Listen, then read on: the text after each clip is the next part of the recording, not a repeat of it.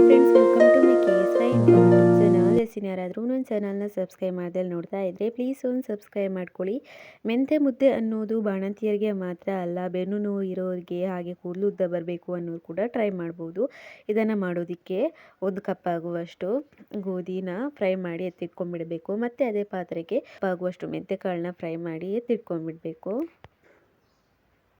ಹಾಗೆಯೇ 1 ಕಪ್ ಆಗುವಷ್ಟು ಉದ್ದಿನ ಬೇಳೆನ ಎತ್ತಿಟ್ಕೊಬೇಕು ಫ್ರೈ ಮಾಡಿಬಿಟ್ಟು. ಹಾಗೆಯೇ 1 ಕಪ್ ಆಗುವಷ್ಟು ಅಕ್ಕಿನ ಹಾಕ್ಬಿಟ್ಟು ಅದನ್ನು ಚೆನ್ನಾಗಿ ಫ್ರೈ ಮಾಡಿ ಎತ್ತಿಟ್ಕೊಂಡ್ಬಿಡಬೇಕು. ಹಾಗೆಯೇ 1 ಕಪ್ ಆಗುವಷ್ಟು ಗೋಧಿನ ಫ್ರೈ ಮಾಡಿಬಿಟ್ಟು, ಇಡೀ ಗೋಧಿ ಏನಿದೆ ಅದನ್ನು ಫ್ರೈ ಮಾಡಿ ಎತ್ತಿಟ್ಕೊಂಡು ಎಲ್ಲನೂ ಒಟ್ಟಿಗೆ ಸೇರಿಸ್ಬಿಟ್ಟು ಮಿಕ್ಸ್ ಮಾಡಬೇಕು. ಚೆನ್ನಾಗಿ ಕೈನಲ್ಲಿ ಎಲ್ಲನೂ ಮಿಕ್ಸ್ ಮಾಡಿಬಿಟ್ಟು ಇದನ್ನು ನಾವು ಮಿಲ್ನಲ್ಲಿ ಕೊಟ್ಬಿಟ್ಟು ನಾವು ನುಣ್ಣಗೆ ಪುಡಿ ಮಾಡ್ಕೊಂಡು ಬರಬೇಕು.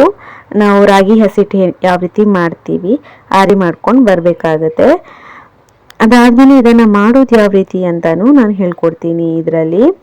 ಇದನ್ನು ಮಾಡೋದಕ್ಕೆ ನಾವು ಮೊದಲಿಗೆ ಬೆಲ್ಲದ ಪಾಕನ ಮಾಡ್ಕೊಂಡಿಡಬೇಕು. ಬೆಲ್ಲದ ಪಾಕನ ಮಾಡಿಕೊಂಡು ಅದನ್ನು ಕಸ ಏನಿದ್ರು ಇದ್ದರೆ ಸೋಸ್ಕೊಂಡು ಅದನ್ನು ಒಂದು ಪಾತ್ರೆನಲ್ಲಿ ಹಾಕಿ ಬಿಸಿ ಆಗೋದಕ್ಕೆ ಇಡಬೇಕು. ಅದು ಕುದೀತಿದೆ ಅನ್ನುವಾಗ ನಾವು ಇದಕ್ಕೆ ಮೆಂತ್ಯ ಹಿಟ್ಟನ್ನ ಹಾಕ್ಬಿಟ್ಟು ನಾವು ರಾಗಿನ ಯಾವ ಥರ ಮುದ್ದೆ ಮಾಡ್ಕೊತೀವಿ ಆ ಥರ ಮಾಡಿಕೊಂಡ್ರೆ ಆಯಿತು. ಇದಕ್ಕೆ ಬೆಲ್ಲದ ನೀರು ಆ್ಯಡ್ ಮಾಡ್ಕೊಬೇಕು ಅಷ್ಟೇ. ನಾವು ಯಾವ ರೀತಿ ರಾಗಿನ ಹಿಟ್ಟನ್ನ ಕಲಿಸ್ಬಿಟ್ಟು ಮುದ್ದೆ ಮಾಡ್ಕೊತೀವಿ ಆ ಥರನೇ ನಾವು ಮುದ್ದೆ ಮಾಡ್ಕೊಳ್ಳೋದು. ಇದಕ್ಕೆ ನಾವು ಸ್ವಲ್ಪ ತುಪ್ಪ ಹಾಕ್ಕೊಂಡು ತಿಂದರೆ ಸೂಪರ್ ಆಗಿರುತ್ತೆ, ಕಹಿ ಏನೂ ಇರೋದಿಲ್ಲ.